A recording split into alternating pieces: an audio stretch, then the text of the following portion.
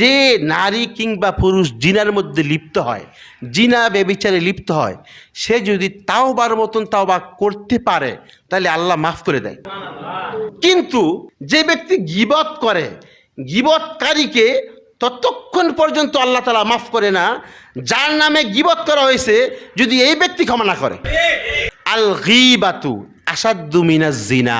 রাসূল পাক সাল্লাল্লাহু আলাইহি সাল্লাম বলেন, গীবাত জিনার চেয়েও মারাত্মক অপরাধ। ক্বালু ইয়া রাসূলুল্লাহ ওয়া কাইফাল গীবাতু আসাদ্দু মিনাজ জিনা। সাহাবায়ে কেরাম প্রশ্ন করলেন, ইয়া রাসূলুল্লাহ, গীবাত আবার জিনার চেয়েও মারাত্মক অপরাধ হয় কিভাবে? অথচ যদি কেউ জিনার মধ্যে লিপ্ত হয়, আয-যানিয়াতু ওয়াজ-যানি ফাজলিদু কুল্লা ওয়াহিদিম মিনহুমা মিয়াতা জালদা। বিবাহের পূর্বে জিনার মধ্যে লিপ্ত হলে 100 বেতের আঘাত, আর বিবাহের পর জিনার মধ্যে লিপ্ত হলে ইসলামী সরকার তাকে পাথর মেরে মেরে হত্যা করে ফেলবে।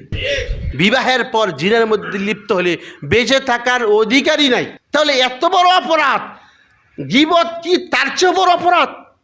ক্বালু ইয়া রাসূলুল্লাহ ওয়া কাইফাল গীবাতু আসাদ্দু মিনাজ জিনা। রাসূল পাক সাল্লাল্লাহু আলাইহি সাল্লাম ওই সময় জবাব দিয়েছিলেন, হ্যাঁ সাহাবায়ে কেরাম, গীবাত জিনার চেয়েও মারাত্মক অপরাধ। আবুল লাইস বুখারী রাহমাতুল্লাহ বলেছেন, একবার গীবত করা 100 নারীর সাথে জিনা করার চাইতেও মারাত্মক অপরাধ। রাসূল পাক সাল্লাল্লাহু আলাইহি সাল্লাম বলতেছেন, আল গীবাতু আসাদ্দু মিনাজ জিনা। ক্বালু ইয়া রাসূলুল্লাহ ওয়া কাইফাল গীবাতু আসাদ্দু মিনাজ জিনা। নবীজি বলতেছেন, গীবত জিনার চেয়েও মারাত্মক অপরাধ।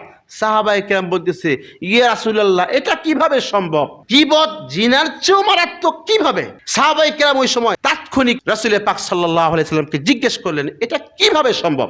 জবাবে রাসূল পাক সাল্লাল্লাহু আলাইহি সাল্লাম বলেছিলেন, যে ব্যক্তি জিনা করে, যে নারী কিংবা পুরুষ জিনার মধ্যে লিপ্ত হয়, জিনা ব্যভিচারে লিপ্ত হয়, সে যদি তাওবার মতন তাওবা করতে পারে তাহলে আল্লাহ মাফ করে দেয়। কিন্তু যে ব্যক্তি গীবত করে, গীবতকারীকে ততক্ষণ পর্যন্ত আল্লাহ তাআলা মাফ করে না যার নামে গীবত করা হয়েছে, যদি এই ব্যক্তি ক্ষমা না করে।